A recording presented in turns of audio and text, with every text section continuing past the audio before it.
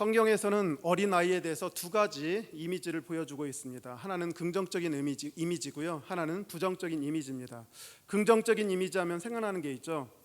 너희들이 어린아이처럼 되지 않으면 천국에 결단코 들어가지 못할 것이다. 어린아이가 내게 오는 것을 금하지 말라 하는 말을 들을 때는 어린아이에 대해서 굉장히 좋은 이미지를 갖고 있다는 것을 볼 수가 있습니다. 하지만 나쁜 의미도 있습니다.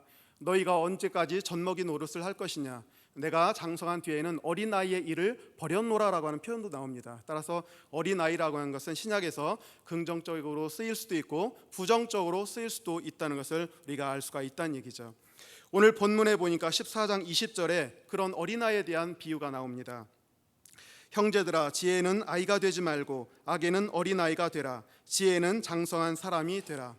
어린아이라는 것 자체가 반드시 긍정적이다, 반드시 부정적이다 할 수가 없기 때문에 바울은 두 가지 다 채택한 모양입니다. 그러면서 악에 대해서는 어린아이가 되지만 지혜에 있어서는 장성한 자, 어린아이 일을 털어버리라라고 하는 그런 이야기가 나옵니다. 근데 왜 하필 14장 20절에 이런 얘기가 나오고 있을까요? 그 이유는 고린도전서 14장이 은사에 관한 내용이 나오기 때문에 그렇습니다. 은사를 잘못 해석하게 되면 엉뚱한 결과가 나오게 될 것이고, 그리고 결국은 자기가 유익을 얻지 못합니다. 따라서 바울은 우리가 은사를 어떻게 바라보아야 될지에 대해서 지혜롭게 그리고 성숙하게 판단하라는 얘기를 주고 있습니다.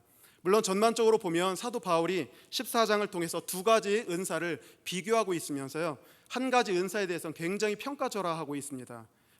그럼에도 불구하고 바울은요, 이런 공정하게, 비록 고린도 교회라고 하는 특수 상황에 있어서 내가 이런 얘기를 해주지만 공정하게 모든 은사에 대해서 판단하고 성숙하게 판단해서 그것을 구사할 수 있어야 된다는 얘기를 우리에게 해주려고 하는 그런 것 같습니다. 앞에서 얘기했듯이 고린도전서 14장은 바울이 성령의 은사 9가지 중에 2가지를 비교하고 있습니다. 하나는 방언의 은사고요, 다른 하나는 예언의 은사입니다. 그러면서 방언은 굉장히 낮추는 역할을 하고요, 예언은 굉장히 높입니다. 이렇게 극단적으로 가고 있거든요. 그래서 이런 얘기를 하고 있는데, 일단은 고린도라고 하는 도시는요, 로마 제국의 3대 도시 중에 하나였습니다. 그 정도로 무역이 많이 성행했고요, 사람들이 많이 있었습니다. 그 사람들 많고 또한 상업 교류가 많다 보니까 사람들의 삶이 굉장히 방탕했던 모양입니다. 그래서 고대 로마 언어에 있어서 고린도식으로 산다라고 하는 표현은요, 허랑방탕하게 산다, 주색 잡기 하면서 산다라고 하는 식으로 사용됐다 합니다. 그러니까 고린도 지역이라는 곳이 어떤 분위기였는지 충분히 짐작하고도 남습니다. 이런 곳에 사도 바울이 2차 전도 여행을 오면서 여기다 세운 교회가 바로 고린도 교회였습니다. 그래서 고린도 지역은 워낙 이렇게 우상 숭배도 많고 또한 주색 잡기도 많기 때문에 영적인 환경으로 보면 좋지 않은 그런 곳이었습니다. 그야말로 굉장히 안 좋은 그런 곳이었죠. 그런데 하나님께서는요, 이런 곳에도 자기 백성이 있음을 아시고요, 교회를 만드셨습니다. 그래서 교회 안에 자기가 알고 있는 백성을 불러 모으셨어요. 그러나 그냥 두게 된다면 결국 자기 백성들이 무너질 것이 분명합니다. 그래서 하나님께서 놀랍게도 이 고린도 교회에는 성령의 은사를 아주 강력하고 풍부하게 내려주셨던 것 같습니다. 그래서 하나님의 성령의 은사를 통해서 너희들이 처한 이 악조건을 극복하고 항상 거룩하고 성결하게 삶을 살아가라 하는 그런 취지로 아마 주셨던 것 같습니다. 참 선한 의도가 아니겠습니까? 하지만 인간이라는 것이요, 하나님의 선한 의도를 악용할 때 참 많이 있습니다. 하나님은 9가지 은사를 다 부어주셨는데 사람들은 어떻게 했는가? 그거 가지고 서로 싸웠어요. 서로 다투기도 했습니다. 그래서 그것을 보다 못한 사도 바울이 고린도 전서를 쓰게 되었고, 그 중에 몇 개의 장이 성령의 은사에 관한 내용이 들어있다는 것입니다. 근데 사실 저는 고린도전서 14장을 보면서 조금 섭섭하더라고요. 왜 바울이 이런 식으로 글을 써야만 했을까라고 하는 그런 생각이 들었습니다. 왜냐하면 방언의 은사를 너무 깎아내렸어요. 그래서 마치 전혀 방언에 대해서 알지 못하는 사람 같았으면 이런 것을 왜 해? 하나님이 이런 걸 왜 주셨을까라고 하면서 의아하게 생각했을 정도라고 생각합니다. 물론 처음부터 끝까지 읽어보면요, 사도 바울이 나는 방언을 제일 많이 한 것에 대해서 감사한다, 교회 내에서 방언하는 것을 금하지 말라라고 얘기했지만 전반적인 주조는요, 그게 아닙니다. 그래서 굉장히 낮추는 역할을 하거든요. 저희 K-팝 스타를 자주 보는데요, 어떤 경연자가 나와서 노래를 부른 다음에 심사위원들이 평가를 하죠. 박진영 씨라든가 또 양현석 씨가 와가지고 막 뭐라고 얘기를 하면서 이렇게 만신창이를 만듭니다. 그리고 돌아갈 때쯤에서 그래 잘 봤습니다, 고맙게 들었습니다라고 얘기하면서 돌려보내요. 그러면 그게 위로가 되겠습니까? 아마 하나도 위로가 되지 않을 것 같아요. 근데 바울이 지금 그런 일을 하고 있어요. 전반적인 내용에 보면 방언을 너무나 깎아내린 뒤에 마지막에 가서는 방언하는 것을 금하지는 말아라 이렇게 살짝 붙여놨다는 것입니다.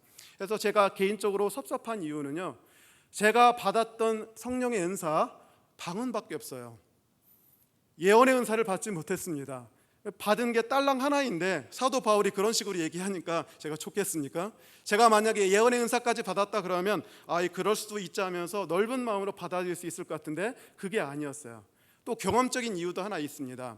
사도 바울이 보니까 방언보다는 예언이 교회의 덕을 세우는데 유익하다라고 얘기했어요. 근데 여러분 들은 말씀 중에 누군가 방언을 해서 교회가 분열되고 깨졌다는 소리 들어보신 적 있습니까?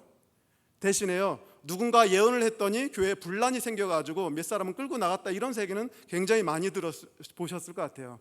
저도 사실 기독교 신앙 연주는 얼마 되지 않지만 이런 얘기 굉장히 많이 들어봤습니다. 그렇다면 교회의 덕이 되는 것은 방언인가 예언인가, 이렇게 보게 된다면 사도 바울의 얘기를 쉽게 동의할 수가 없는 그런 상황에 빠지게 되었습니다. 굉장히 안타까운 노릇이에요. 그래서 만약에 아까도 얘기했듯이 14장만 딱 보면서 너 이거 읽고 나서 방언의 은사를 사모할래? 하나님께 간구할래? 아니면 방언하고 있는 사람이라면 끝까지 방언의 은사를 고수해서 그것을 소멸하지 않도록 하겠는가라고 질문해 본다면 아니라고 하는 사람 참 많이 생길 것 같습니다. 그래서 저는 왜 이렇게 사도 바울이 위대한 사도 아니겠습니까? 성경, 신약 성경의 절반을 썼던 사람이, 그리고 하나님이 주신 것 중에 나쁜 것이 있나요?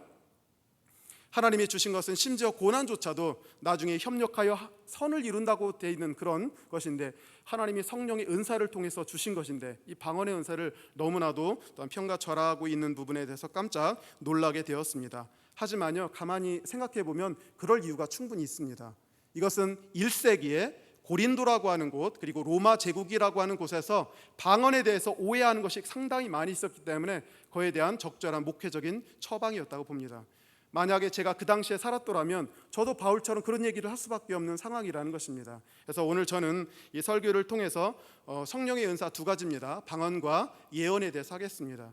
사실 우리 교역자들끼리 나눌 때는 예언하고 영분별을 하라겠는데 본문을 보니까 방언하고 예언이더라고요. 그래서 제가 박근식 목사님께 좀 바꿔달라 했더니 안 된다고 하더라고요. 그래서 제가 어쩔 수 없이 본문도 줄이고 또 제목도 바꿨습니다.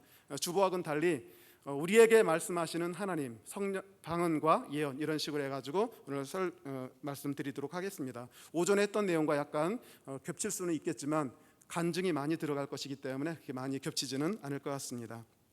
그래서 저는 이 설교를 통해서요, 오해되고 있는 방언의 가치를 다시 한번 부활시키고도 하겠습니다. 그리고요, 말씀하시는 하나님께서 방언과 예언을 주세요. 이 둘 다 공통점이 있다면 하나님이 시키는 언어입니다. 제가 그냥 제 의지로 방언하는 게 아닙니다. 예언자들도 자기가 말을 내는 게 아니거든요. 방언이 되었던 예언이 되었던 그것은 공통적으로 하나님이 영이 오셔서 시키게 해야만 가능하다는 것입니다. 그리고 그 두 가지는 하나님의 언어, 말씀하시는 하나님께서 우리로 하여금 말하게 하는 은사다라고 생각할 수가 있다는 것이죠. 그래서 두 가지 다 유익이 큽니다. 그래서 저는 그 두 가지에 대해서 여러분과 함께 간증으로 얘기를 나눠보고자 합니다.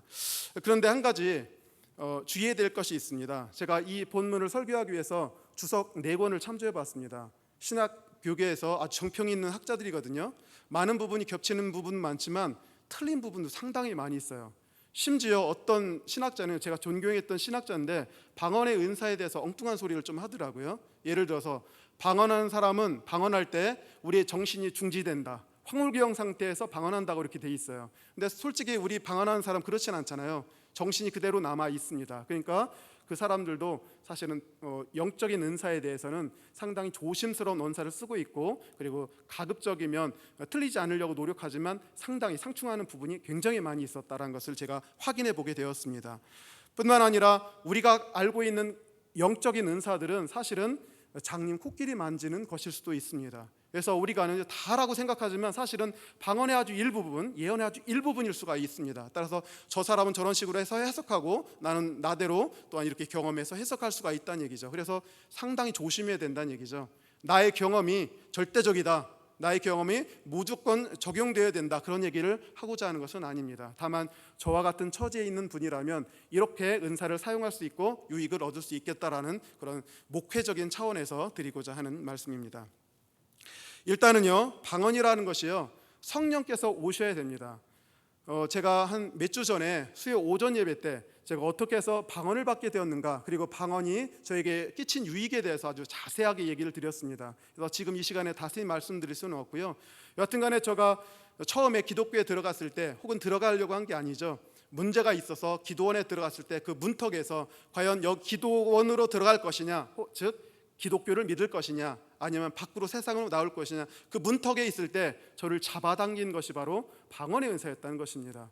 그 당시 저로서는 할 방법 다 해봤고요, 근데 안 되더라고요. 질병이 낫지를 않아서 결국 마지막 순간에 기도원 문턱에 서 있었는데, 저로서는 한 가지 이제 마지막 대안이 레드선이라고 하는 거 해서 전생을 해서 전생에 있던 문제를 해결하고, 그래서 문제를 해결해 준다는 그런 분들이 있었거든요. 그래서 마지막으로 거기 한번 가볼까라고 생각하는 그런 차원이었는데, 기도원에서는 그걸 금지시키더라고요. 거기 가면 죽는다라고 얘기하면서 저를 붙잡았는데, 그때 제 눈에 보였던 것이 방언 현상이었어요. 그 많은 사람들, 전국에서 어떤 사람들이 기도를 하는데 막 이상한 언어로 기도를 하고 있었어요. 그래서 그 하나의 현상이 저를 강력하게 끌더라고요. 그래서 결국 제가 기도원에 남아있고 몇 주 뒤에 제가 방언의 은사를 체험하게 되었습니다. 이 방언의 은사라는 것은 결국 믿지 않는 자들에 대한 놀라운 표적이었다는 것입니다. 여기 22절에 보니까 이런 말씀이 나옵니다.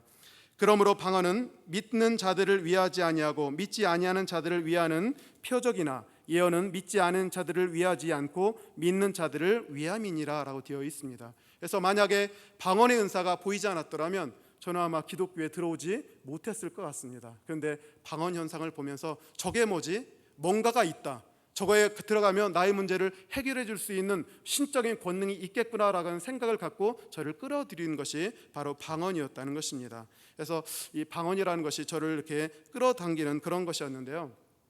지금 고린도전서 14장에서 바울이 방언의 은사에 대해서 굉장히 낮추고 있었다고 얘기를 했죠. 그 이유를 지금부터 제가 설명드리도록 하겠습니다. 여러분, 영지주의라는 말 들어보셨죠? 영지주의.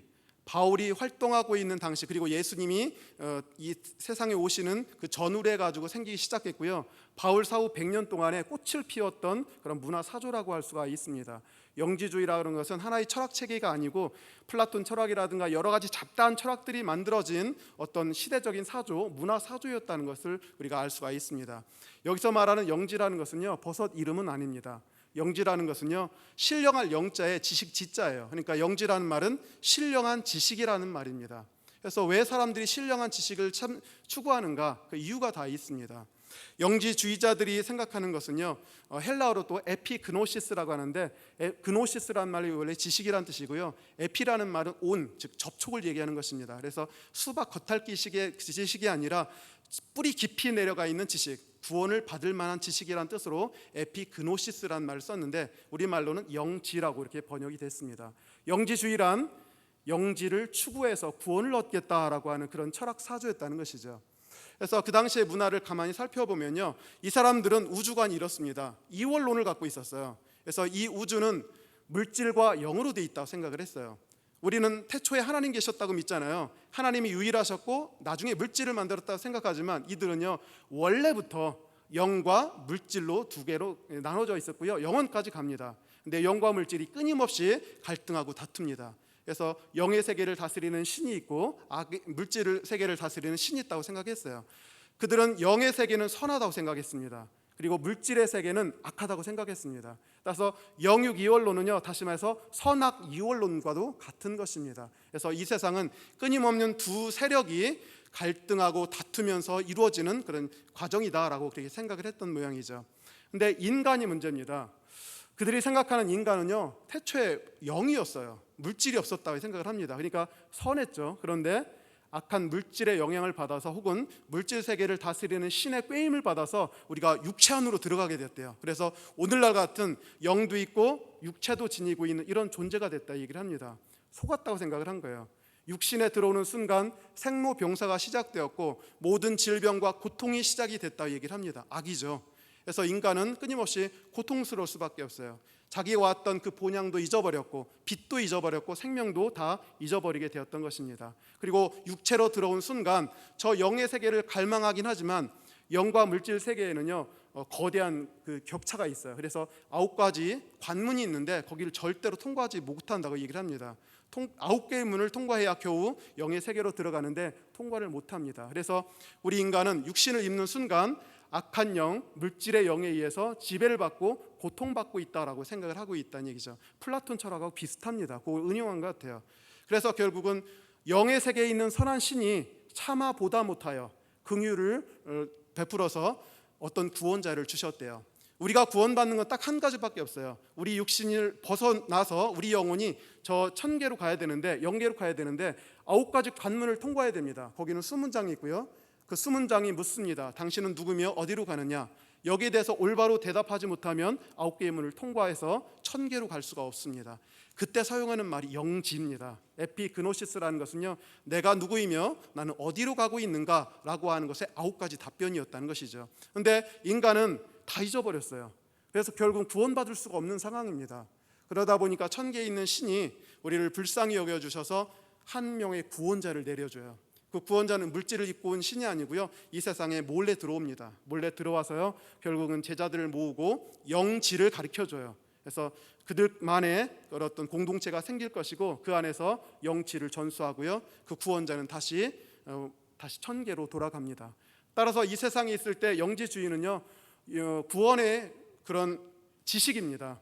패스워드라고 할 수 있죠. 그래서 영지를 받았다고 생각하는 사람들은요, 나는 이미 구원이 다 끝났다, 구원받았다라고 생각한다는 얘기죠. 그래서 이 영지주의를 통해서 결국은 나타났던 현상들이 참 많이 있습니다. 영지주의자들은요, 따라서 가만히 보면 그 당시에 굉장히 교만했습니다. 왜냐하면 자신들 속에서만 알고 있거든요. 폐쇄적입니다. 영지를 다른 사람에게 가르쳐 주겠습니까? 절대 그렇지 않아요. 그래서 그들만의 폐쇄적인 사회를 이루고 교만하기 짝이 없는 그런 삶을 살아가고 있었다는 것이죠. 그리고 윤리적으로는요, 2가지 형태를 나타냈다고 합니다. 하나는 금욕적, 왜냐하면 물질은 나를 속박하고 있는 거야 하면서 아주 극단적 물질주의, 금욕주의를 취하고 있는 사람이 있는 반면에 어떤 사람은 허랑방탕하게 살아갑니다. 나는 영지를 가졌기 때문에 구원 이미 받았다. 내가 만약에 죽는다면 내 영혼이 그 9가지 관문을 통과하면서 다 얘기하니까 결국 나는 구원받았기 때문에 이 세상의 물질적인 것 그리고 윤리적인 것은 나에게 영향을 미치지 못한다고 생각했기 때문에 아주 방탕한 그런 극단적인 2가지 형태를 보이고 있었다는 것입니다. 그래서 영지주의가 굉장히 위험했어요. 초대교회 아주 독소였습니다. 그 이유가 왜냐하면 일단은 이원론이었죠. 근데 우리가 알기는 뭐냐면 태초부터 2개가 있었던 게 아니죠. 우리가 고백하는 바로는 태초에 하나님만 계십니다. 선한 하나님이 계셨고요, 물질을 창조하셨어요.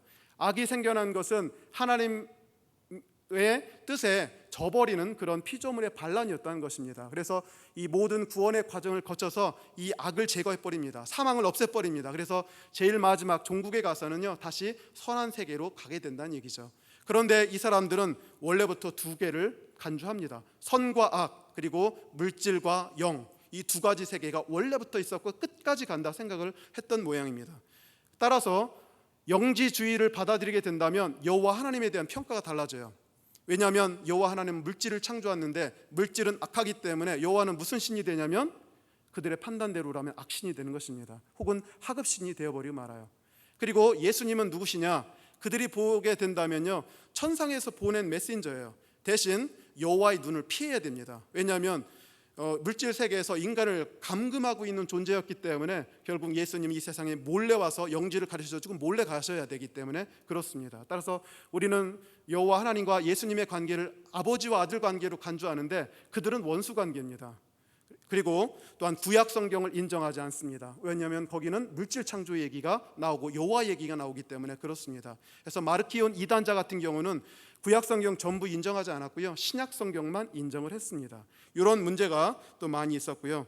그 다음에 예수님의 역할을 또 부정했습니다.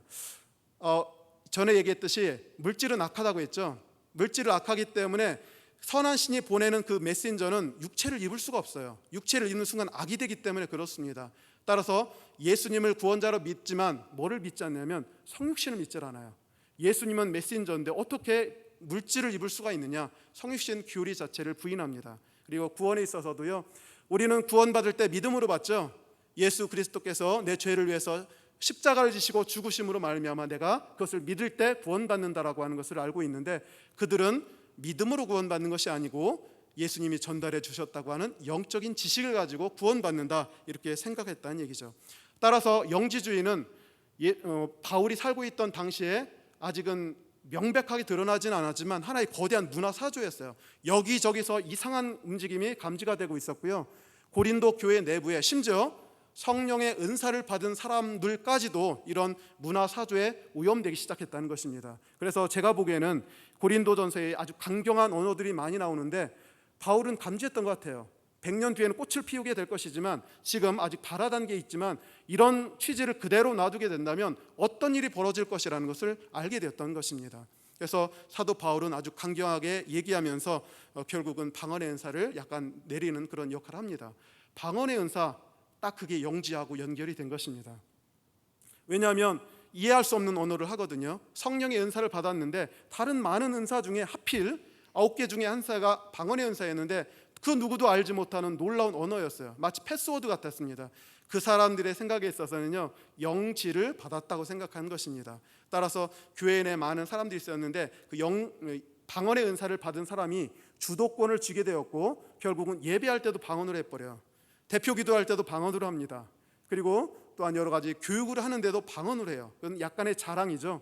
봐라, 영지주의라는 것이 있는데 내가 바로 그런 사람이다라고 하면서 교만하게 교회에서 있었던 모양이에요. 그러니까 고린도 교회의 문제는 방언의 은사를 갖고 있는 사람들에 의해서 많이 조장되었다는 것을 알 수가 있습니다. 그래서 결국은 사도 바울은 방언의 은사에 대해서 얘기를 계속하면서 방언보다는 차라리 예언의 은사를 하는 것이 교회의 덕을 세우는데 더 낫다라고 하는 것을 알 수가 있습니다. 그러면서 바울이 두 가지 비교를 합니다. 방언과 예언에 대해서 하는데요, 방향이 틀려요. 방언 같은 경우는요, 하나님을 향해서 합니다. 내 영혼이 하나님께 얘기를 합니다. 근데 예언 같은 경우는요, 내가 다른 사람한테 얘기를 해줍니다. 방향 자체가 틀리죠. 그 다음에 이해도가 틀립니다. 방언은 절대로 이해할 수가 없습니다. 심지어 말하고 있는 나도 방언이 무엇인지를 모릅니다. 하지만 예언은 분명하죠. 다 듣고 이해할 수 있는 그런 언어를 우리에게 준다는 것입니다. 건덕도 틀려요. 방언 같은 경우는 자기 자신이 유익합니다. 하지만 예언은 다른 사람을 세워줌으로 말미암아 교회가 유익하다는 것을 알 수가 있습니다. 그래서 교회 내에서 다른 사람에게 교리를 가르치고 예수님에 대해서 소개하고 믿게 하는 모든 교육과 예배 활동에 있어서는 방언보다는 예언이 훨씬 더 낫다라고 하는 얘기를 하고 있다는 얘기죠. 그래서 바울이 방언에 대해서 어떻게까지 얘기했냐면, 교회 내에서 방언을 쓰는 것은 마치 권투 선수가 허공에다가도 손짓하는 것과 똑같다는 얘기예요. 권투 선수는 상대를 때려야 되잖아요. 근데 허공에다가 손짓한다는 것은 헛수고를 한다는 얘기입니다. 그 정도까지 얘기를 하고 있고요. 방언으로 서로 간에 얘기하는 것은 마치 서로 간에 통용할 수 없기 때문에 서로 간에 야만인이 된다고까지 얘기를 합니다. 그리고 음악 악기를 연주하는데 알 수 없는 음을 연주하는 것과 같다라고 하면서 굉장히 평가절하하는 그런 모습을 보게 된 것입니다. 자, 그러니까 이해가 되시죠? 왜 고린도전서 14장에서 사도 바울이 예언을 그렇게 높이면서 방언을 낮추었는지는 어느 정도 시대적인 배경 속에서 이해할 수가 있는 것입니다. 그러나 이것을 오늘날 갖고 올 수는 없는 것이죠. 오늘날 영지주의 없습니다.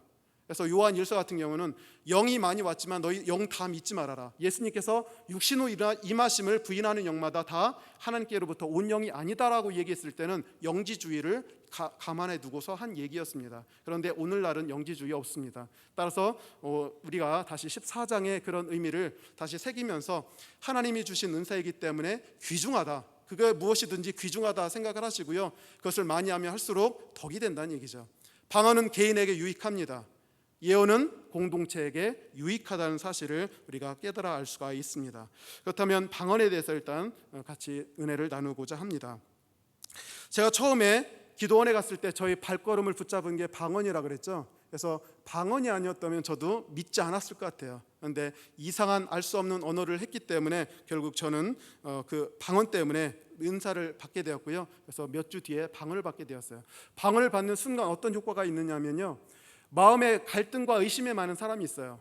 대학 교육을 받는다든가 세상 교육을 받아서 종교에 대해서 안 좋게 생각을 하고 민중의 아편이라든 등 뭐라고 하면서 계속 종교를 비판하는 그런 사고방식에 젖어 있는 사람에게는요, 하나님의 신적인 능력이 필요합니다. 그때 방언이 놀랍게 역사했다는 얘기죠. 저는 방언 받기 직전까지도 이 기독교를 믿어야 되나 말아야 되나 그렇게 갈등이 많았었는데, 방언을 받는 순간 그게 다 사라지더라고요. 그러면서 하나님께 찬미했습니다. 그날 방언을 받은 그 밤을 저는 잊을 수가 없어요. 하루 종일 밤새도록 기도원 여기저기 돌아다니면서 하나님을 찬미하고, 그리고 믿지 않았던 것을 회개하는 그런 것을 제가 밤새도록 한 기억이 지금도 나오고 있습니다. 그리고 방언에는 어떤 내용이 들어있느냐면요, 방언의 내용을 통변해 보면요, 거기에 놀랍게도 하나님을 찬미하는 노래가 들어있다는 것입니다. 그래서 그때 은사 집회했는데 그때 막 방언의 은사를 막 주시더라고요. 그러면서 방언이 막 터진 사람을 불러내요. 그런 다음에 방언 해보라고 하면서 통변을 합니다. 그런데 놀랍게 거기서 하나님을 찬미하는 아름다운 노래가 막 흘러나오더라고요. 저는 그 사람이 배워서 그런 기도를 드릴 수가 없을 것 같아요.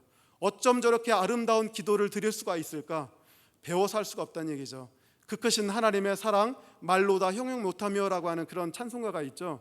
그런데 사실은 그 내용이 방언 속에 다 들어있다는 것입니다. 그러니까 방언이라고 해가지고 멸시를 할 것이 아니라, 방언 속에는 우리의 의지가 만들어낼 수 있는 그 이상의 하나님을 찬미하는 것이 들어있다는 얘기합니다. 그래서 방언을 통변하시는 분이 옆에서 자기가 먼저 놀래요. 방언을 듣고서 통변을 해야 되는데 그 가사가, 그 기도 내용이 워낙 아름답고 뛰어나서 결국 그 통변하시는 분이 먼저 감탄을 하는 모습을 제가 확인해 보게 되었습니다.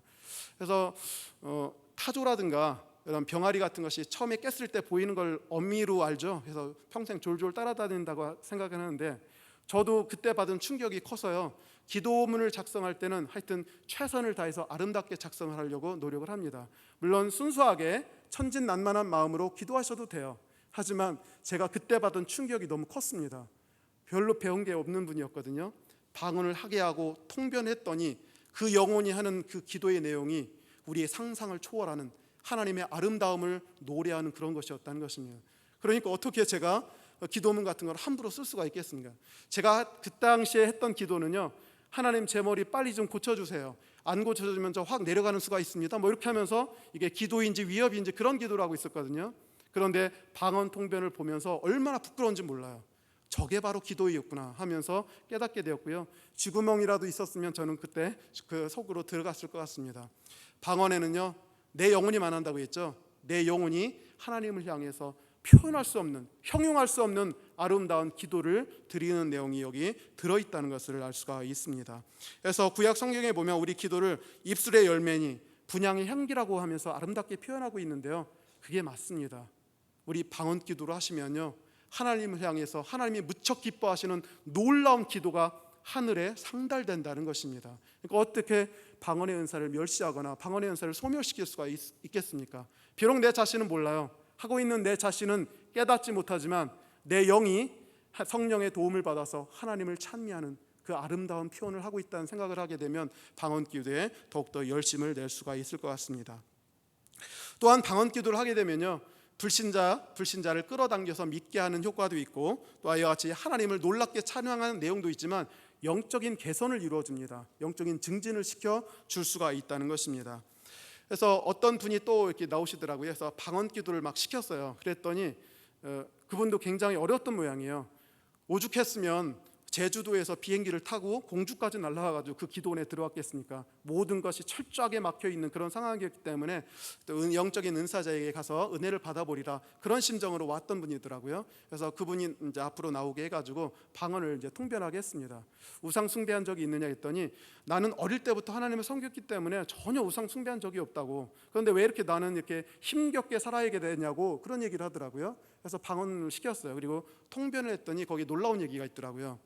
자기 어머니가 절에 간다고 떡시루를 했던 모양이에요. 그런데 어머니가 이렇게 지고 가다가 무거워서 자기 그 자녀에게 시켰던 모양이에요. 그래서 그 자녀가 아주 어릴 적에 떡을 한 시로 들고서 어머니와 함께 절에 올라간 적이 있다고 합니다. 그런데 방언 기도를 통해서 영혼이 무슨 얘기를 하고 있냐면, 하나님, 그때 제가 우상 숭배를 하였으면 나의 죄를 용서해달라는 그런 내용이 들어있더라고요. 우리 의지 기도라면 절대 그런 기도 할 수가 없죠.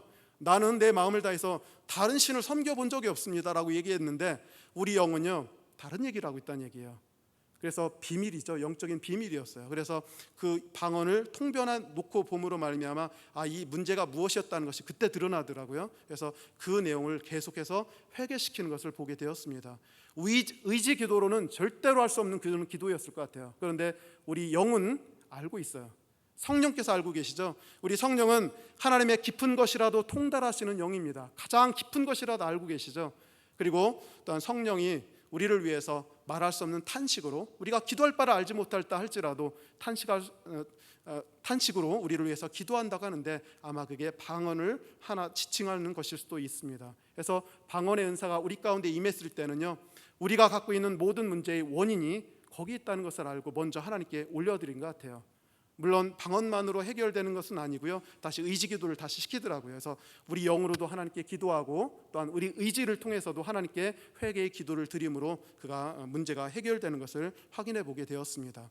그러니까 방언의 기도라는 것은 이렇게 함으로써 영적인 증진을 이룰 수 있죠. 자기 얽어매고 있었던 많은 문제들이 해결되었던 것입니다. 사실 제 신앙생활을 가만히 돌이켜 보면요, 저는 한마디로 머리와의 싸움이었어요. 신앙생활 이퀄 두뇌의 혼미함을 몰아내는 것, 이것이었어요. 왜냐하면 제가 기독교로 개종하게 된 근원이 머리가 아파가지고 들어가게 된 것이었고요. 그 다음에 지금까지 1997년부터 지금까지 계속해서 방언 기도를 했는데 그 제1의 기도 제목은 저로부터 혼미의 영을 몰아내 주십시오라고 하는 그런 기도 제목이었습니다. 그래서 얼마나 답답했는지 모릅니다. 그래서 일단 기도원에 가가지고 방언 은사까지 받았어요. 그리고 그런데도 쉽게 그게 낫지를 않더라고요. 그래서 처음에 갔을 때는 그분들이 그러시더라고요. 저는 한 3일 정도 있으려고 했는데 거기 딱 보는 순간 3일 갖고는 안 되겠고 한 6개월이나 1년 정도 있으라고 하더라고요. 아주 젊은 시절에 대학생인데 저보고 1년을 거기서 있으래요. 그래서 무슨 소리 하느냐 했더니 나중에 알게 된 것이 영적으로 얽힌 게 많았던 것 같아요. 문제가 상당히 많이 있었습니다. 육체적인 거, 정신적인 거, 또 정서적인 거 상당히 문제가 많이 있었지만 그래서 뭐가 원인이고 뭐가 결과인지도 조차도 애매모호한 상태였고요. 단지 머리 아프다는 것은 제일 큰 증상 중에 하나였었어요. 그런데 그곳에서는 한 6개월 정도 있으면서 계속 기도하라고 하더라고요. 한 6개월 정도 있다 보니까 어느 정도 이제 믿음이 커지더라고요. 그런데 마냥 거기 기도원에서 있을 수도 없고 그래가지고 내려간다고 했어요. 저 2학기에 복학해야 되겠다고. 그러니까 원장 목사님이 저에게 특별히 당부를 하시더라고요. 가면 기도를 많이 해야 되겠다고, 특별히 방언 기도를 많이 해야 된다고 하시면서 자기가 그랬다고 얘기하더라고요. 원장 목사님 자신도 우상 숭배하는 집안에서 태어나서 그 수많은 모든 고통을 다 겪었대요. 그래서 자살하려고 죽기까지 몇 번 그렇게 자살을 시도했지만 안 돼가지고 결국은 하나님을 믿게 되었고 했대요. 하지만 그 문제가 해결되지 않아서 계속해서 금식하고 기도하다 보니까 성령의 9가지 은사를 받았다고 합니다. 하지만 하루라도 기도를 하지 않는다면 그 혼미함이라든가 것이 자기가 덮치기 때문에 성령의 은사자임에도 불구하고 자기는 계속해서 기도한다고 하더라고요. 그러면서 자기와 같이 신앙 1세대들이 겪는 어려움과 그런 고통을 잘 알고 있기 때문에 이 기도를 만들었고 그래서 도와준다고 하더라고요. 그래서 자네를 보니까 꼭 나를 보는 것 같다고, 그러면서 나가더라도 꼭 기도를 많이 해야 된다고 하면서 하루의 기도를 방언 기도입니다. 3시간씩 하라고 하더라고요. 근데 조금 걱정이 되더라고요. 기도원에 있으면 사실 그렇게 문제되지 않거든요. 다른 할 일이 없으니까 기도하면 됩니다. 근데 내려오면 그렇게 잘 안 돼요. 바쁜 일이기 때문에 뭐 1시간 하기도 사실 힘이 듭니다. 그래서 저는 머리를 낫게 하고자 방언 기도에 정말로 전력했다고 볼 수가 있습니다. 그래서 내려오다 보니까 정말로 기도를 못 하겠더라고요. 그래서 맞는 것이 스티브 코비에 보면은 성공하는 사람들의 7가지 그런 비결이라는 책이 있어요. 거기에 보면 업무를 다 조직을 하고 A, B, C를 나눠가지고 우선순위를 나누라. 그래서 프랭클린 다이어리 같은 개념을 만듭니다. 그래서 저도 사실은 방언 기도를 하기 위해서 그 표를 만들었어요. 가끔 제 자리에 오시는 분들은 이상한 표 하나 보시는데 원래 그걸 만들 목적이 방언 기도를 관리하기 위한 목적이었어요. 그렇지 않으면 하루에 내가 몇 시간을 기도했는지 그걸 놓치기 때문에 그걸 만들었는데 나중에는 업무에도 많이 도움이 되더라고요. 여하튼 간에 내려와서 그런 식으로 다이어리를 쓰기 시작했고요. 그래서 며칠에 몇 시간 기도했는지 반드시 쓰고 만약에 부족하면 채워야 돼요. 그런 식으로 하지 않는다면 혼미함이 닥쳐서 너무 힘들더라고요. 기도를 조금 하면 조금 깨끗해져요. 근데 또 안 하면 다시 혼미함이 저를 감싸고 있는 것입니다. 근데 방언 기도를 한다고 해서 그게 쉽게 무너지들 않더라고요. 그래서 기도원을 좀 가봤어요. 내려온 뒤에 저기 최치로 시작하는 유명한 기도원 하나 있죠.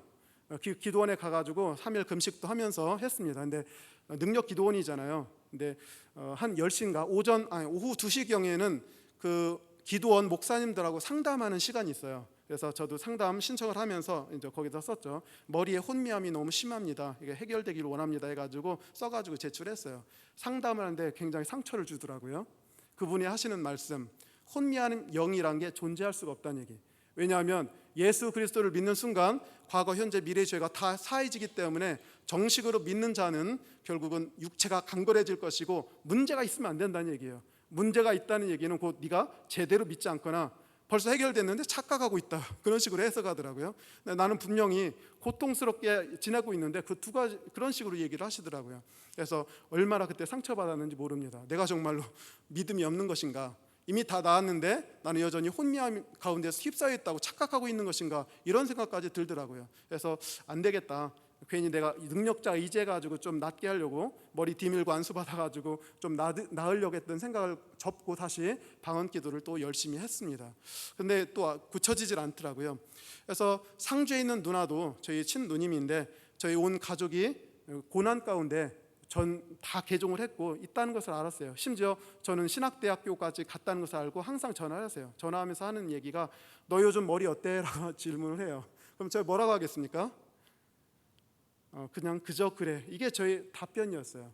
만약에 믿지 않는 누님이었는데 만약에 제가 예수님 믿으니까 깨끗하게 나왔어 라고 한다면 얼마나 그게 뻔듯하겠어요. 그리고 또 누님에 대해서 전도의 효과도 있지 않겠습니까? 하면서 항상 누님의 전화를 받을 때마다 마음이 아팠어요. 하나님, 왜 이 머리를 깨끗하게 치료해 주시지 않고 방언 기도를 아무리 해도 고쳐주시지 않는 것입니까? 괜히 그래서 믿지 않는 누님에게도 별 면목도 서지도 않고 또 전도할 수도 없고 이런 상황 가운데 빠진 게 아니겠습니까? 그런 기도를 참 많이 했던 것 같아요. 하나님이 고쳐주시지 않으시더라고요. 그래서 누님이 어떤 경우는 또 이러더라고요. 내가 여기 상주에 용한 점쟁이가 있는데 네가 언제 나올지 한번 내가 점 봐줄까? 라고까지 얘기하더라고요. 무슨 점입니까, 기독교인이? 그러면서 너무나 마음이 좀 상했던 적이 있어요. 그런데 몇 주 뒤에 다시 전화하면서 그러더라고요. 내가 너를 위해서 점을 봤어, 그러더라고요. 기독교인은 점 치면 안 되잖아요.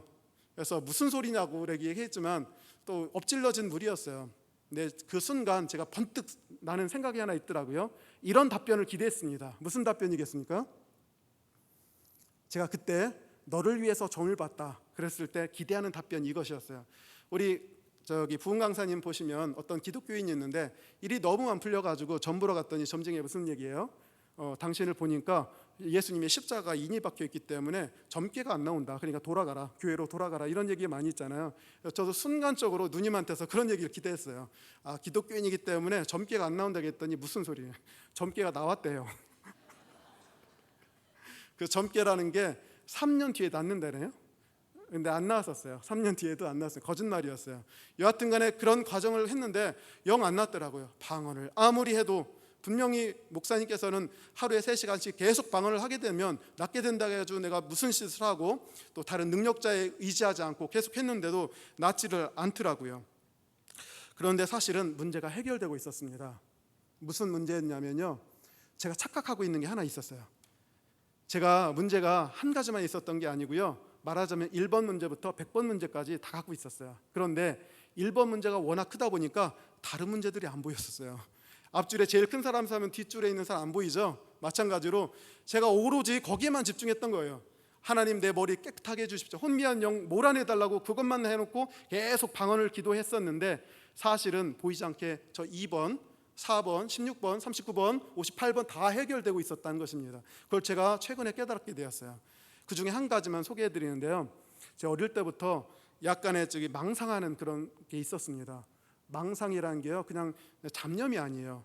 망상이 시작되면요 견딜 수가 없어요. 그러면서 망상 계속 그 생각을 하게 되거든요. 그러면서 2-3시간이나 3시간 정도를 배회하게 돼요. 이상한 생각을 하면서 망상이 끝났을 때는 얼마나 허탈하고요, 지치고 혈압 올라오고 수치스럽고 부끄러운지 모릅니다.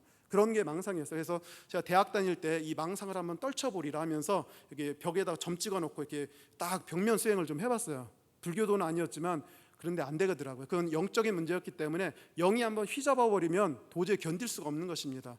그런데 제가 이 머리 문제를 가지고 방언 기도를 계속하는 과정 가운데 망상이 사라졌다는 것을 깨닫게 되었습니다. 그 문제가 사라졌고요, 다른 문제가 하나 둘씩 해결되고 있었다는 얘기죠.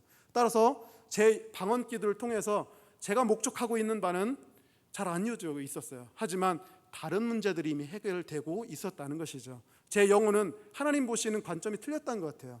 저는 1순위부터 100순위까지 이렇게 기도 제목을 매겼지만 하나님은 달리 매기셨던 것 같아요. 그거 1번 아니다 라고 하면서 다른 문제들 다 해결해 주시고 있었던 것 같습니다.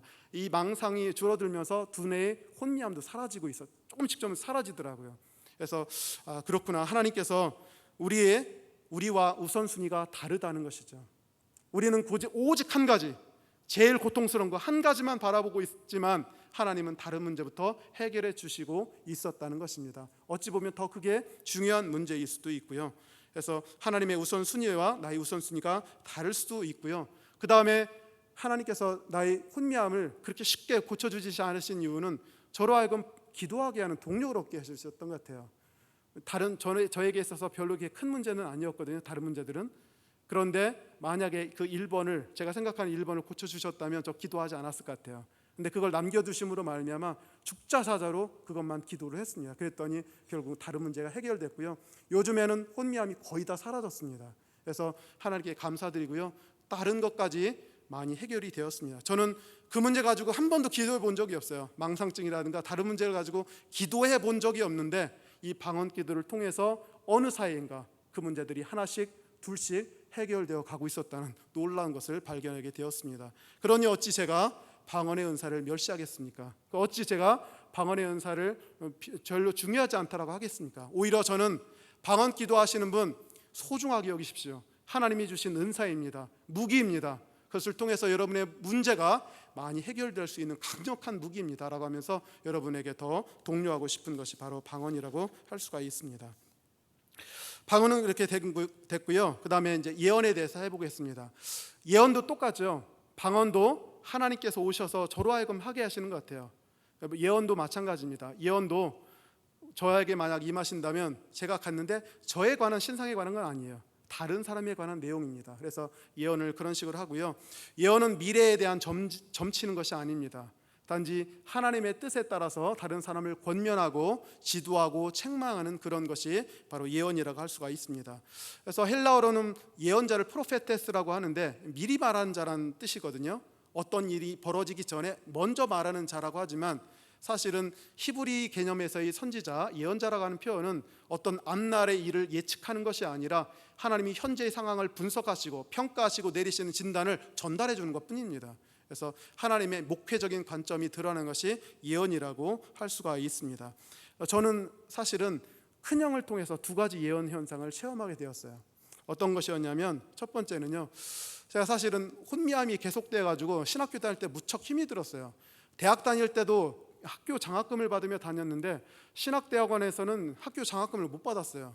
대신 가정 장학금을 받았거든요. 어머니가 주시거나 형이 주시거나 이런 장학금을 받게 되니까 마음이 참 좋지 않더라고요. 제 아내도 많이 고생을 하면서 등록금 내려고 하다 보니까 굉장히 마음이 상해요. 그래서 등록금 내야 되는 8월 정도 되면 아주 시험에 들었어요. 왜 하나님이 빨리 내를 고쳐주셔서 공부 잘하면 장학금 받고 얼마나 좋겠습니까마는 그게 안 되니까 굉장히 마음이 상했던 적이 있습니다. 그래서 8월인가 제가 금식의 목적은 얘기하지 않고, 목적은 하나죠. 하나님 3일 동안 딱 금식할 때니까 끝나면 고쳐주셔야 돼요. 안 고쳐주시면 안 됩니다. 아주 단도리를 쳐놓고 금식을 했어요. 나았을까요?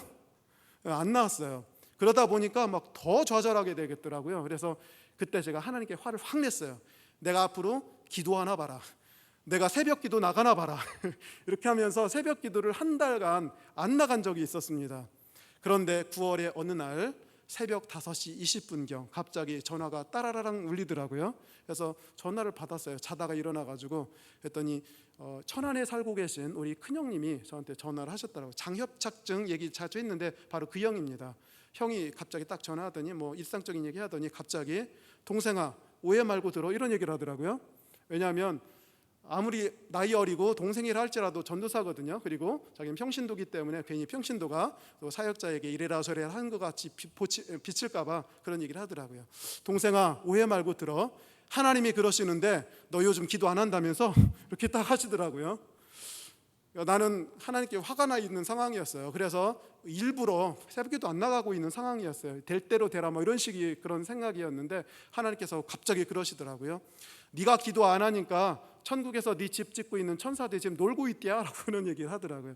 그래서 우리 기독교인이 기도할 때 우리 천상에서 무슨 일이 벌어지는지 대충 이해가 되시죠? 이렇게 건물을 짓고 있는 모양이에요. 그러면서 하는 얘기가 하나님께서 내 사정도 다 아시고 그렇기 때문에 어려운 거 다 아신다. 왜 그렇게 좌절하고 낙심하고 있느냐? 그러지 말고 일어나서 기도하도록 하라라고 그렇게 하더라고요. 너무 힘들면 찬송을 하라고 하더라고요. 그때 정해준 찬송이 28장. 오늘 솔리스트한테 제가 부탁을 좀 드렸어요. 복의 근원 강림하사 찬송하게 하소서 사랑의 줄로 나를 메시고 라는 구절이었어요. 그거를 계속 하라고 하더라고요. 그래서 저는 그 찬송을 들을 때마다 그때 일이 다시 생각나요. 물론 하나님이 모든 찬송 다 하시겠죠. 하지만 저와 같이 좌절하고 낙심에 빠진 자에게 하나님이 특별히 지목해 주시는 찬송이 28장입니다. 복의 근원 강림하사 찬송하게 하라는 그런 기도 찬송이라는 얘기죠. 책망이었거든요. 분명히 책망이었습니다. 그때 당시 우리 형은 예언의 능력이 있었는데 그 예언을 통해서 저를 책망했어요. 저 기분 나빴을까요? 기분이 확 상했을까요? 절대 그렇지 않았어요. 오히려 기뻤습니다. 책망받으면서 기뻤어요. 제가 왜 그렇게 실족했느냐면 내가 하나님의 뜻 안에 살면서 사역자의 길로 나가고 신학교 어렵게 다니고 있는데 하나님이 나를 돌보지 않는다. 더 이상 나를 사랑하지도 않고 나에게 관심도 없다고 생각했었어요. 그런데 하나님의 그 책망 속에는 그게 아니었어요. 하나님은 나를 떠난 적이 없으시고 항상 돌보시고 계셨다는 얘기죠. 내가 설정한 1번 기도 제목 안 들어준다고 해서 하나님이 나를 사랑하지 않는다. 이건 저희 착각이었다는 얘기죠. 하나님은 계속해서 저를 붙들고 계셨고요, 저를 인도하고 계셨다는 얘기죠. 그래서 결국은 비록 예언이 책망으로 나왔지만 얼마나 기뻤는지 몰라요. 하나님이 지금 보고 계신다고 하면서 다시 새벽 기도를 회복한 적이 있습니다. 예언이 바로 이런 것입니다. 예언이라는 것은 그 사람의 상황을 잘 아시거든요. 그래서 그에 합당한 말씀을 주세요. 때로는 책망이 들어오기도 하거든요. 그러나 그것은 한 사람을 다시 일으켜 세우는 놀라운 힘이 있습니다. 두 번째 예언은요, 우리가 집에 갔을 때였어요. 추석이 되면 우리 이제 집에 가서 예배를 드리거든요. 저와 제 아내 그리고 가족들하고 모든 가족이 다 모였습니다. 우상 숭배하던 집안이 이제 제사를 지내지 않고 이제 예배를 드려요. 명색이 제가 전도사이기 때문에 그래서 이제 말씀을 전하고 또 이제 누구한테 대표기도 시킬까, 어머니를 시킬까, 큰형을 시킬까 하다가 이제 큰형을 좀 시켜봤거든요. 그래서 큰형이 이제 대표기도를 하는데 가족을 위해서 이제 한 사람 한 사람 기도하다가 갑자기 예언의 은사가 임하더라고요. 그래서 어투가 막 바뀌어요. 그러면서 저와 제 아내를 그렇게 위로를 하시더라고요. 사실 전도사 생활 본 거 뻔하잖아요. 그리고 달리 뭘 할 수 있는 것도 아니고 아내가 조금씩 벌어와가지고 그런 삶을 유지하고 있는 상황이었어요. 그래서 아마도 어머니가 전화하시고 또 뭐 누님, 시누이죠. 그리고 또 형수님이 전화해서 요즘 어때라고 하면 뭐라고 하겠어요? 괜찮아요, 행복해요 이래야지. 너무 힘들어요, 결혼한 거 후회돼요 뭐 이렇게 하겠습니까? 그 심정은요, 제 아내밖에 몰랐던 것 같아요. 너무 고통스럽고 괴로운 그런 상황이었는데 뜻밖에도 우리 형이 예언의 은사를 받아가지고 은사를 하는데요, 저에 대한 위로도 있지만 제 아내에 대한 위로가 엄청 많더라고요. 그래서 너무나 힘들다는 거 알지만 힘내고 하라고 하면서 그렇게 울면서 예언한 적이 있습니다. 다른 사람은 잘 몰라요. 저도 사실은 제 아내가 얼마나 힘들었는지를 잘 몰라요. 그냥 보면서 그냥 힘들겠구나, 미안하다 이 정도 차원이었지 그렇게 힘든 것은 잘 몰랐는데 뜻밖에도 남편도 아니고 제 큰형이 그 눈물을 흘리면서 하나님의 영 가운데 사랑으로 그렇게 아내를 위로해 주셔요. 울음바다가 됐죠. 추석 예배가 그냥 울음바다가 되었어요. 사랑의 은사가 정말 충만했고요, 우리 전 가족이 그렇게 단합되고 하나가 된 경험이 없었습니다. 그래서 그때 예언에는 이와 같이 낙심한 자를 위로하시는 그런 메시지가 들어있구나 하는 것을 깨닫게 되었어요. 예배 드리고 나니까 형이 돈을 많이 주시더라고요. 조카들에게 막 주시고 막 이렇게 돈을 막 줬습니다. 그래서 예언에는 사랑의 은사가 같이 껴있구나 생각을 했습니다. 예언의 은사가 없어진 뒤에는 돈 주지 않았습니다. 예언하면 돈이 있고 예언하지 않으면 돈이 없었어요. 그래서 저는 형이 조금 예언의 은사를 더하지라고 생각했는데 중간에 사라지더라고요. 그런 것을 경험해 보게 되었습니다. 세 번째는요, 저희 사명을 좀 밝혀주는 예언을 듣게 되었어요. 어느 해인가 제가 이제 대학을 졸업하면서 정말로 신학을 해야 될지 아니면 세상으로 가야 될지 고민스러워가지고 기도원에 가가지고 금식 기도했습니다. 약간 장기간 기도를 했는데요. 그거 끝나고 나서 은사 집회 때 저에 대해서 예언하더라고요. 한 사람 하나씩 돌아가면서 예언했는데 그때 저에 대해서 예언 주신 내용이 있습니다. 뭐 세계적으로 민족적으로 이런 얘기가 아니고요, 제가 어느 방향으로 나아갈지 그런 얘기만 해주시더라고요. 그래서 저는 그 이후에 저의 모든 역량을 쏟아서 그 일을 했습니다. 그래서 뭐 사역자가 다양한 것들 다 구비하면 좋죠. 하지만 자원이 한정되어 있습니다. 능력도 한정되어 있고요, 모든 것을 다 건드릴 수가 없어요. 그래서 저는 그때 받았던 예언의 방향대로 역점을 두었습니다. 시간을 쓰더라도, 노력을 하더라도, 책을 사더라도 거기에만 집중을 했어요. 제가 어느 설교 때 기독교인이 되니까 좋은 점이 하나가 제 삶이 파편화되지 않고 통합돼서 좋습니다 얘기했잖아요. 그 통합된 게 뭐냐면 바로 그 예언을 들었거든요. 너는 이런 식으로 사역해야 한다라는 그 예언을 들은 뒤에 저희 모든 노력이 그 방향으로 진행이 되었습니다. 그래서 다른 것들을 보지 않고 한 방향으로 쭉 가다 보니까 오히려 실력도 빨리 느는 것 같고요, 그리고 마음이 평안해지고요, 그런 것도 있더라고요. 마음이 혼란해지질 않아요. 통합된다는 그런 느낌을 아주 강하게 받게 되었습니다. 그래서 하나님의 이런 예언의 은사는 어떤 한 사람의 인생을 이와 같이 일정한 한 방향으로 질서 지우는 역할을 할 수가 있겠구나 하는 것을 알게 되었습니다. 그래서 제가 체험한 세 가지 예언은요, 그랬습니다. 제가 잘못 나가고 있을 때 저를 책망하는 스타일이었어요. 그리고 아주 어려운 가운데 있을 때는 그 사람을 세워줍니다. 그리고 어디로 가야 될지 모를 때는요, 그 방향을 지시해 주셔요. 저 같은 사람 의심이 많기 때문에 내가 이 길로 가야 될까 저 길로 가야 될까 하면서 막 왔다 갔다 했을 것 같아요. 그런데 그 예언을 들은 이후로는 저는 결코 흔들리지 않았어요. 이게 하나님의 뜻이기 때문에 그리고 담대한 마음으로 한 길을 걸어갈 수가 있었다는 얘기죠. 그래서 저를 쭉 지켜보셨던 분이라면 제가 그때 무슨 예언 기도를 들으셨는지 대충 짐작은 가실 것 같아요. 그게 정상입니다. 한 사람의 인생이 질서 지워진다는 것 자체가 예언의 효과의 하나가 될 수가 있다는 얘기죠. 저는 오늘 하나님의 성령의 은사 두 가지, 방언의 은사와 예언의 은사에 대해서 여러분과 나누었습니다. 둘 다 우리 인간이 만들어낼 수 있는 게 아닙니다. 단지 방향이 틀립니다. 하나는 자기 자신의 유익을 위해서 하나님께 드리는 것이고요, 예언 같은 경우는 상대방에게 가는 것입니다. 개인적인 덕이 함양이 되고요, 공동체 이웃의 덕이 함양이 됩니다. 여하튼 간에 중요한 것은 우리 하나님은 지금도 살아계셔서 역사하시는 분이라는 것입니다. 바알씨는 아무리 불러도 응답이 없고 말이 없습니다. 하지만 우리 하나님은 지금 살아계시거든요. 성령을 통해서 우리에게 말씀을 주십니다. 내 영혼이 말하게 하시기도 하고요, 다른 사람을 통해서 말씀을 듣게도 하십니다. 이를 통해서 우리 영혼이 더욱더 성장하고 든든하게 만드신다는 얘기죠. 그래서 하나님은 구원의 역사를 지금도 이루어가고 계신다는 것입니다. 그래서 여러분들이 바라기는 성령의 은사를 사모하시기 바랍니다. 예언의 은사 사모하시기 바랍니다. 받은 분이 있다면 소멸하지 마시고요, 열심히 하시기 바랍니다. 지루하다 그런 게 없습니다. 얼마나 아름다운 내용이 차 있는지 모릅니다. 그래서 이런 것들을 잘 구사하심으로 말미암아 자기 개인이 주 안에서 든든히 서가고 공동체도 또한 든든히 서가시는 여러분이 되기를 간절히 축원합니다. 기도합니다. 우리 말씀을 생각하시면서 기도하도록 하겠습니다. 구원의 하나님이 우리에게 성령의 은사를 무기로 주심을 알게 하여 주시옵소서. 성령의 은사를 항상 사모하며 그것을 잘 활용하고 소멸치 않는 자들이 되게 해 주시옵소서. 말씀으로 창조하시고 섭리하시고 인도하시는 하나님이 방언과 예언 주셨음을 감사하게 하옵소서. 방언을 통해서 우리가 깨닫고 개인적인 덕을 쌓으며 영적인 진보를 이루게 하소서. 예언을 통해 위로하고 권면하고 책망함으로 우리 성도를 세우게 하소서. 영 은사를 남용하지 않고 겸손히 선용하되 공동체의 덕을 세우는 일에 더욱 열심히 있게 하소서. 이런 기도 제목으로 우리 주여 한번 부르시고 기도합니다. 주여! 살림하신 하나님 아버지 참으로 감사합니다. 하나님 아버지 우리를 구원하여 주셨음을 참으로 감사합니다. 예수 그리스도를 통해서 또한 그의 십자가의 보혈을 통해서 우리를 죄와 사망 권세에서 풀어주시고 우리를